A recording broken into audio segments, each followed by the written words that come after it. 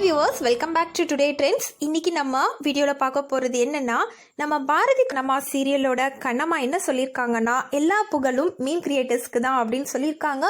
எதனால் இப்படி சொல்லியிருக்காங்க அப்படிங்கிறத நம்ம இப்போ பார்க்கலாம். அதுக்கு முன்னாடி நீங்கள் டுடே ட்ரெண்ட்ஸ் சேனலை சப்ஸ்கிரைப் பண்ணலைன்னா பண்ணிடுங்க. மறக்காமல் பக்கத்தில் இருக்கிற பெல் ஐக்கானையும் சேர்த்து கிளிக் பண்ணுங்க.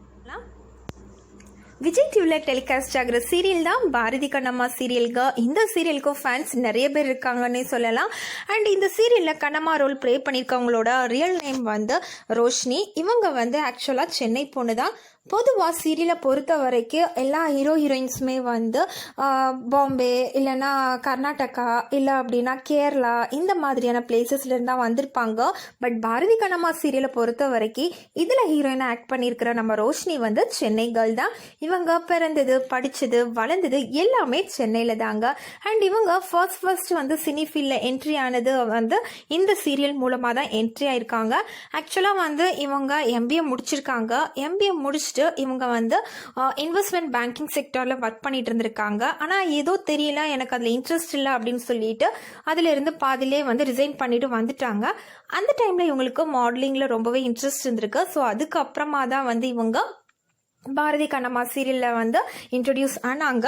ஸ்டார்டிங்கில் வந்து இவங்களோட ஆக்டிங் வந்து பரவாயில்லாமல் இருந்தது. பட் போக போக வந்து இவங்களோட ஆக்டிங் வேறு லெவல்னே சொல்லலாங்க. அதுவும் இப்போ பாரதி கூட கண்ணம்மா ஃபைட் பண்ணிட்டு வெளியில் வந்துட்டாங்க. ஸோ வெளியில் வந்ததுலேருந்து இவங்க ரொம்ப எபிசோடில் நடந்துகிட்டே இருக்கிற மாதிரியான சீன்ஸ் தான் போய்கிட்டு இருந்தது. ஸோ இது பார்த்தது தான் ஒரு சில மீம் கிரியேட்டர் பார்த்தாங்க. அதுக்கடுத்து எல்லாருமே வந்து நம்ம கண்ணம்மா வச்சு பங்கம் பண்ணிட்டாங்கன்னே தான் சொல்லணுங்க. அண்ட் பயங்கரமாக வந்து கமெண்ட் பண்ணி இருக்காங்க. ஸோ இதனால வந்து ரீசெண்டாக வந்து கண்ணம்மா வந்து இன்டர்வியூ பண்ணியிருக்காங்க. அதில் கேட்கும்போது நம்ம ரோஷினி என்ன சொல்லியிருக்காங்க அப்படின்னா, நிஜமாவே வந்து எல்லா புகழும் மீம் கிரியேட்டர்ஸ்க்கு தான் அப்படின்னு சொல்லியிருக்காங்க. ஏன் இதை பற்றி நீங்கள் கவலைப்படவே இல்லையான்னு சொல்லி கேட்கும்போது, ஆக்சுவலாக வந்து விஜய் டிவி டிஆர்பியில் வந்து ஃபர்ஸ்ட் டைமாக இப்போ தான் வந்து ஃபர்ஸ்ட் ரேட்டிங்கில் வந்திருக்கு. ஸோ இது நாள் வரைக்கும் இப்படி வந்ததே இல்லை. அதனால தான் வந்து நான் இப்படி சொல்கிறேன், எல்லா புகழும் மீம் கிரியேட்டர்ஸ்க்கு தான். ஸோ இந்த மாதிரி விஜய் டிவி வந்து டிஆர்பியில் ஃபர்ஸ்ட் பிளேஸ் வந்தோடனே ரொம்பவே வந்து ஹாப்பியாக ஃபீல் பண்ணேன். அண்ட் இந்த சீரியலை பார்க்காதவங்களுக்கு கூட என்னை பற்றி தெரிய ஆரம்பிச்சிருச்சு. அண்ட் வெளியில் எங்கேயாச்சும் போனால் கூட என் கூட செல்ஃபி எடுக்கிறதுக்கு நிறைய பேர் ரொம்ப ஆர்வமாக வர்றாங்க அப்படின்னு சொல்லியிருக்காங்க. ப்ளஸ் இன்னொன்று என்ன சொல்லியிருந்தாங்க அப்படின்னா, ஆக்சுவலி எனக்கு கேமரா முன்னால் வந்து எப்படி நிற்கணும்னு கூட தெரியாது.